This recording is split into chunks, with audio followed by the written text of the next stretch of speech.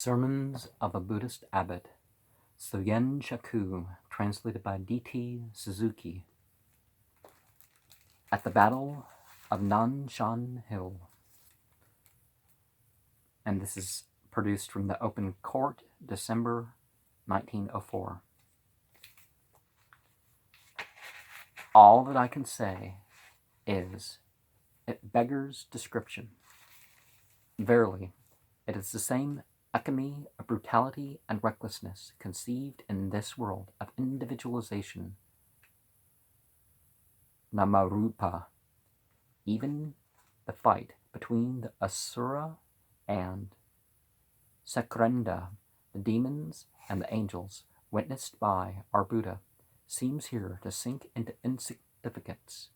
And, remember, he doesn't worship the Devis, and he doesn't worship the light beings, he doesn't worship the fire beings, he doesn't worship the forces of nature, the spirits of the ancestors, or most of what people would consider gods.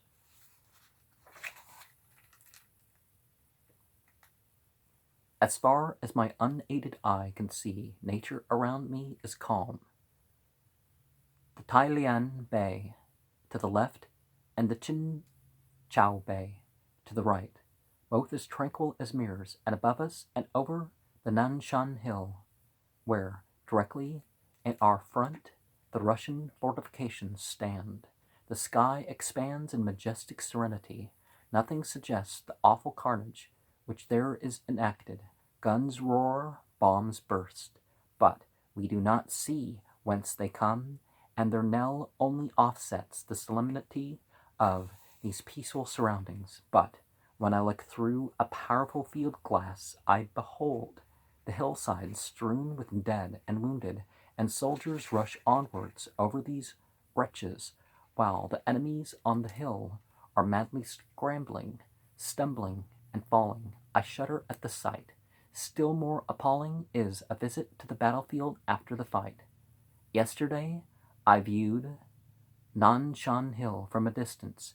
Imagination lent enchantment to the spectacle, and, at times, the cannonade even impressed me with grandeur. But I am now confronting actualities whose terror and horror cannot be forgotten.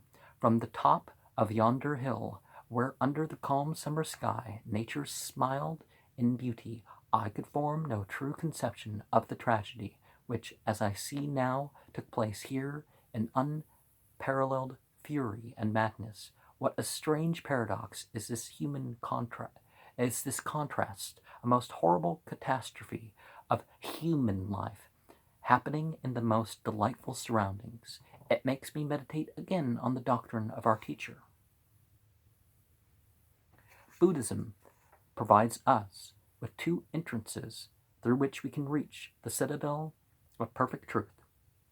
One is the gate of love, karuna, and the other the gate of knowledge, prajna.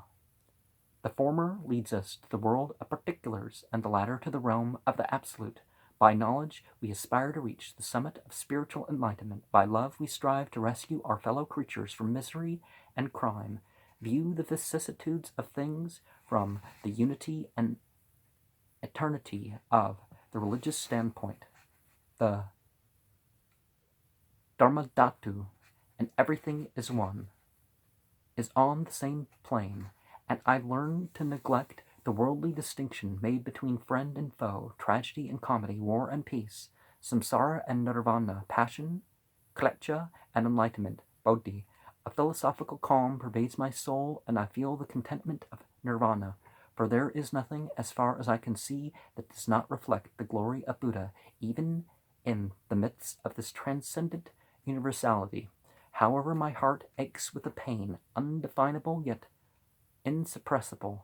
Love for all sentient beings asserts itself, and that frigid indifference of the intellect gives way. And why was it necessary that many horrors of this present war should come to pass? Why had those poor soldiers to sacrifice their lives, and every one of them a warm heart, has been beating, and now they are all lying on the ground in piles, stiff and stark like logs. And he says, O Mother Earth, all these my fellow creatures, it is true, are made of the same stuff of which thou art made. Now I wouldn't invoke the earth, but do not their lives partake of something not of the earth, earthly, not to the earth, partake of something not of the earth, earthy, altogether unlike thyself, and indeed more than mere gross matter. Are theirs not precious human souls, which can be engaged in the works of peace and enlightenment? Why art thou so gravely dumb when thou art covered with things priceless that are being dissolved into the primitive elements? In this world of particulars, the noblest and the greatest thing one can achieve is to combat evil and to bring it into complete subjection. The moral principle which guided the Buddha throughout his 12 years of preparation and in his 48 years of religious wanderings, and which pervades his whole doctrine, however varied it may be when practically applied, is nothing else than the subjugation of evil, to destroy the 98 major and 84,000 minor evils that are constantly tormenting human souls on this earth, was the guiding thought of the Buddha. Therefore, every follower of the Buddha builds a great boat of love, launches it on the great ocean of birth and death, steers it with the great rudder of faith, and sails forth with a steadfast mind through the whirling tempest of egotistic desires and passions. No Buddhist will ever relax his energy until every one of his fellow creatures be safely carried over to the other shore of perfect bliss. War is an evil and a great one indeed, but war against evils must be unflinchingly prosecuted till we attain the final aim. In the present hostilities, into which Japan has entered with great reluctance, she pursues no egotistic purpose, but seeks the subjugation of evils hostile to civilization, peace, and enlightenment. She deliberated long before she took up arms, as she was well aware of the magnitude and gravity of the undertaking, but the firm conviction of the justice of her cause has endowed her with an indomitable courage, and she is determined to carry the struggle to the bitter end. Here is the price we must pay for our ideals, a price paid in streams of blood and by the sacrifice of many thousands of living bodies. However determined may be our resolution to crush evils, our hearts tremble at the sight of this appalling scene. Alas, how much dearer is the price still going to be?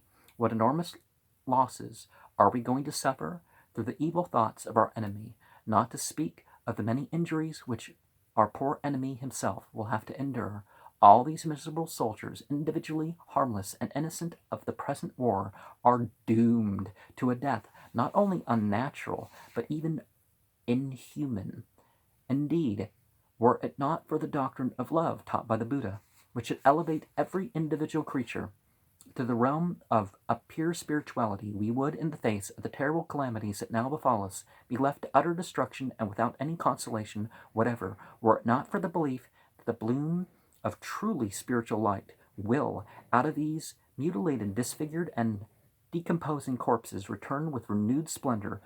We would not be able to stand these great heart-rending tribulations even for a moment, were it not for the consolation that these sacrifices are not brought from egotistic purpose, but are an inevitable step towards the final realization of enlightenment.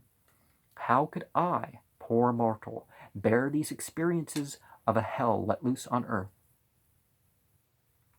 Surah 77 is an interesting one because it talks about hell, right? But hell is never left by itself. So there's like the way out, the Hod, Sephiroth, basically, the lesson of that in that order. So you kind of have this system here. But anyways, the body is but a vessel for something greater than itself. Individuality is but a husk containing something more permanent. Let us then, though not without losing tenderness of heart, bravely confront our ordeal. I came here with a double purpose. I wish to have my faith tested by going through the greatest horrors of life, but I also wish to inspire, if I could, our valiant soldiers with the ennobling thoughts of the Buddha, so as to enable them to die on the battlefield with the confidence that the task in which they are engaged is great and noble. I wished to convince them of the truths that this war is not a mere slaughter of their fellow beings, but that they are combating an evil, and that at the same time, corporeal annihilation really means a rebirth of soul, not in heaven, indeed, but here among ourselves. I believe I did my best to impress these ideas upon the soldiers' hearts, and my own sentiments I express in the following stanza, one of the many poems, one of the many poems composed on the field of battle. Here, marching on Nan-Shan, storming its topmost crest, have thousands of brave men, with dragon valor pressed, before the foe my heart, its calm composure blessed, while belching cannons sing a lullaby abreast. And yeah, it's not any category of life, including war, that's good or evil. It's, there's more to these things, right?